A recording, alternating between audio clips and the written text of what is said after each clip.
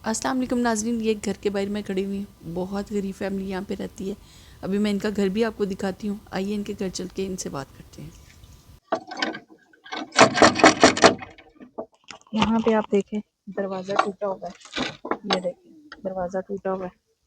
अंदर चलते हैं।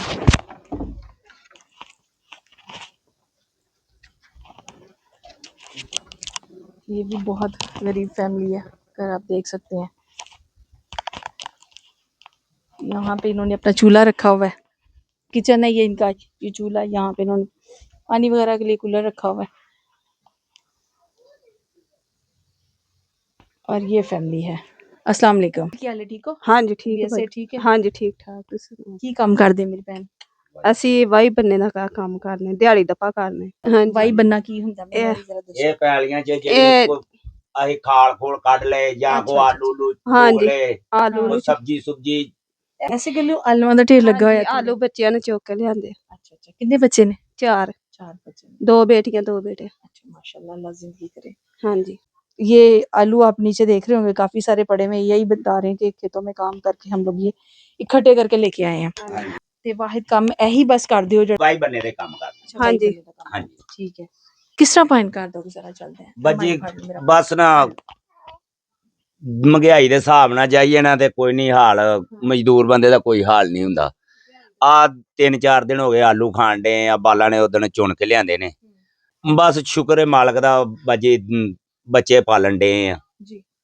ਤੇ ਅੱਗੋਂ ਈਦ ਉਦ ਆਉਣ ਡਈ ਏ, ਚਲੋ ਮਿਹਰਬਾਨੀ ਹੋਏ। कपड़े ले आंदे जी बच्चों दे? ਕੋਈ ਨਹੀਂ ਅਜੇ ਆਪੀ ਲਿਆਂਦੇ ਕੱਪੜੇ ਕੁਪੜੇ।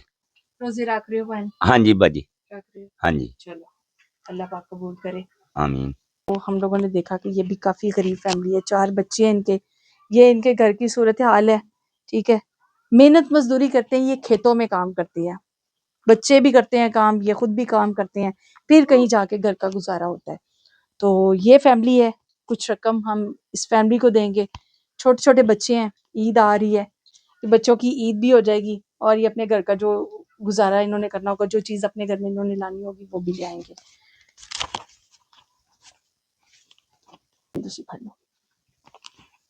गिनो पाइन किन्ने पैसे ने? 1 2 3 4 20,000 रुपया बाजी। 20,000 रुपया। ਹਾਂਜੀ ਅੱਲਾਹ ਪਾਕ ਉਹਨਾਂ ਨੂੰ ਤੰਦਰੁਸਤੀ ਦੇਵੇ, ਮੇਰੇ ਭਾਈਆਂ ਨੂੰ ਜਿਨ੍ਹਾਂ ਨੇ ਸਾਡੇ ਨਾਲ ਇੰਨੀ ਹੈਲਪ ਕੀਤੀ। ਚਲੋ ਮੇਰੇ ਬੱਚਿਆਂ ਦੇ ਕੱਪੜੇ ਆ ਜਾਣਗੇ, ਚਲੋ ਕੋਈ ਜੁੱਤੀਆਂ ਜੱਤੀਆਂ ਲੈ ਆਵਾਂਗੇ, ਨਾਲੇ ਕੋਈ ਘਰ ਦਾ ਨਿਜ਼ਾਮ ਸਾਡਾ ਚੱਲ ਜਾਏਗਾ। ਆਪੀ ਮਿਹਰਬਾਨੀ, ਰੱਬ ਤੰਦਰੁਸਤੀ ਦੇਵੇ ਇਹਨਾਂ ਨੂੰ।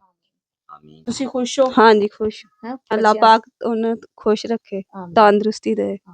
जैसे कि आपने रकम भेजी थी ज़कात की, 20,000 मैंने पहली फैमिली को दे दिया था और 20 मैंने इस फैमिली को दे दिया है। ये भी हकदार फैमिली थी, छोटे छोटे बच्चे हैं और घर का गुजारा बहुत मुश्किल से बता रहे हैं कि चल रहा था। अल्लाह पाक आपको इस चीज़ का अजर दे, अल्लाह आपका ये दिया कबूल करे, अपनी बारगाह में खुश रखे, अल्लाह पाक आपको आबाद रखे।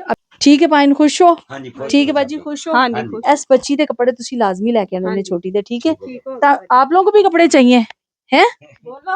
चाहिए? तुसीं बोलो चले जी, ये फैमिली भी खुश है। बाजी साढ़े हक च भी दुआ करना, साढ़े भरा दे हक च भी दुआ करना।